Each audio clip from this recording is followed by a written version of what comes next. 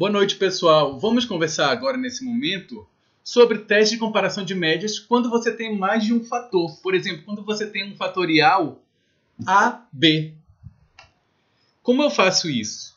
Eu vou em estatística experimental, comparação entre médias, e aqui eu tenho a mesma opção que eu mostrei no vídeo anterior, Tukey, Duncan, Scheffé, SNK, DMS. Aqui eu tenho Tukey, Duncan, Scott-Knott, Scheffé, para fatorial 1 e 2.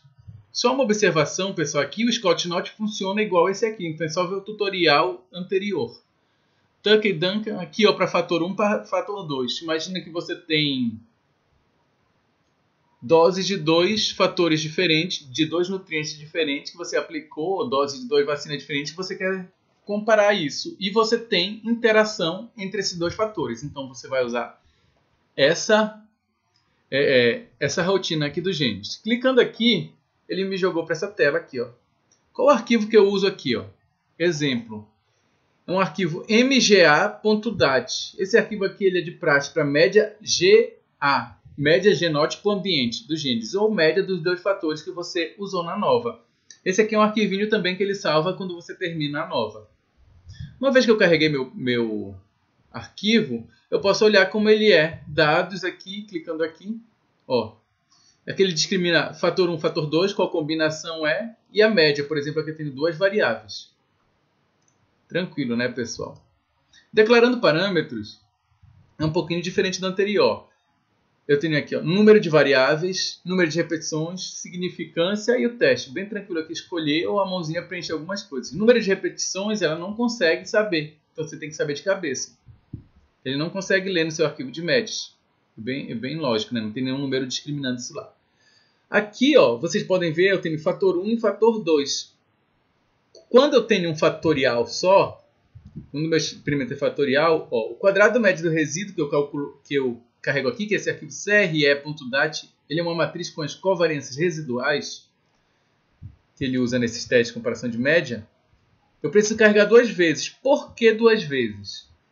Imaginem que se você tem um experimento que não é fatorial, ele está em parcelas subdivididas. Então você tem dois erros, um associado com cada fator. Então aqui você vai carregar o erro que está associado ao fator 1 e aqui carregar o erro que está associado ao fator 2. Grau de liberdade do resíduo você tem que saber de cabeça também, olhando lá na nova. Número de efeitos que você tem em cada fator. Isso aqui o Genes lê para você também, mas se você souber de cabeça, é só preencher aqui.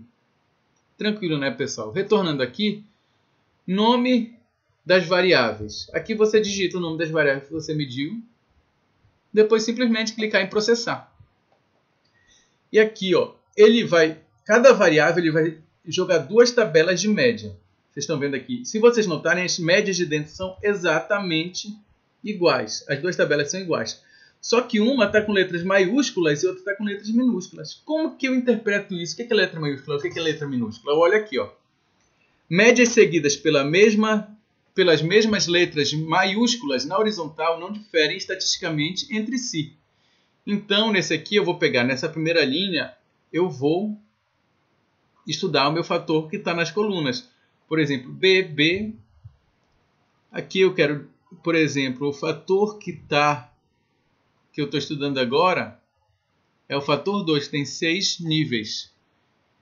Então, eu vou olhar o fator 2 no nível 1 do fator 1, fator 2 no nível 2 do fator 1 e assim por diante. Fator 2 no nível 3 do fator 1 e eu vou olhar linha por linha. Não sei se qualquer trabalho científico você vai ver uma tabela dessas. Só que a pessoa vai colocar as letras minúsculas e as maiúsculas todas juntas. Embaixo dela só vai discriminar aqui, ó, médias seguidas pela mesma letra, blá blá blá, na horizontal. E aqui, ó, a tabela agora com os mesmos valores, como vocês podem ver da de cima, só que ele está falando aqui embaixo.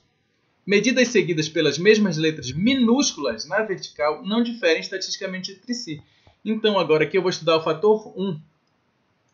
Eu vou olhar em coluna o fator 1 no nível 1 do fator 2. Fator 1 no nível 2 do fator 2. Fator 1 no nível 3 do fator 2. E assim por diante. Depois ele começa a variável 2. Eu tinha duas variáveis nesse arquivo, ele vai mostrar quantas variáveis você tiver aqui.